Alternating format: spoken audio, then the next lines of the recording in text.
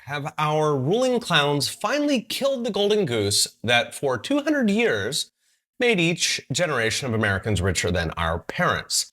In recent videos, I've mentioned the depressing state of young people entering the real world, between low wages, obscene housing costs, eye-watering prices for everything from health insurance to eating out, to the point that 20-somethings today look with envy upon boomers when it used to be the old marveling at all the opportunities of the young.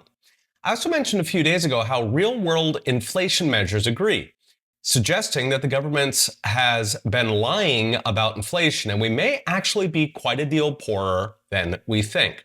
Recently, a study came out saying almost half of young Americans, that's age 18 to 29, are now living with their parents, almost all for financial reasons.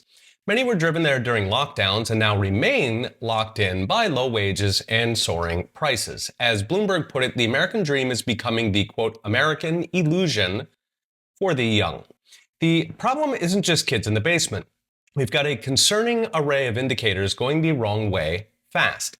Four big ones include house size, cars, food, and life expectancy. The average American house went from just over 1,000 square feet 100 years ago, divide by 10 if you speak meters. By 1973, it was almost 1,700 square feet. Then it rose to 1,900 square feet by the 1990s and almost 2,700 square feet by 2015.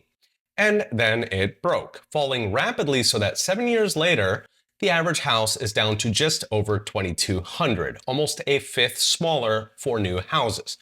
Next up is cars. The IHS now reports that the average age of an American car hit a new record of 12 and a half years. It has never been older. Meanwhile, new car sales are the lowest in over a decade. Keep in mind there were roughly 20 million fewer Americans 10 years ago. In the old days, old cars were sent to Africa to squeeze out a few more years. Today, we keep them. Next up is food. As societies decline, one by one people turn to cheaper replacements. So first they go from beef to chicken, then from chicken to beans. The bugs are new.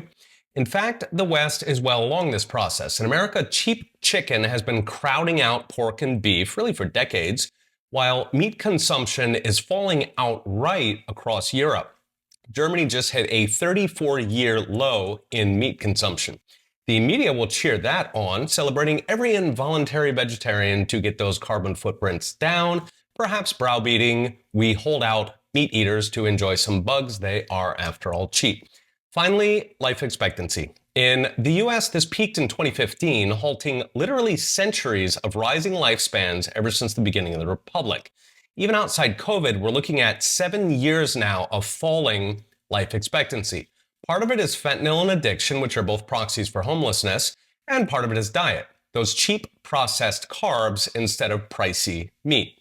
Put it all together and the facts on the ground start to paint a picture that, yes, they broke it, that after 200 years of prosperity, we are going backwards.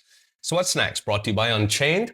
What's next is unfortunately more of the same. The drivers of America's povertization, which are government crushing the productive economy and subsidizing irresponsibility, have metastasized. They now have a literal army of activists and lobbyists who keep them growing, who even keep them growing. In theory, it stops because the Uniparty needs our taxes. In reality, as I mentioned yesterday, they will just print it. So they feast and we eat the bugs. Okay, we'll be watching. See you next time.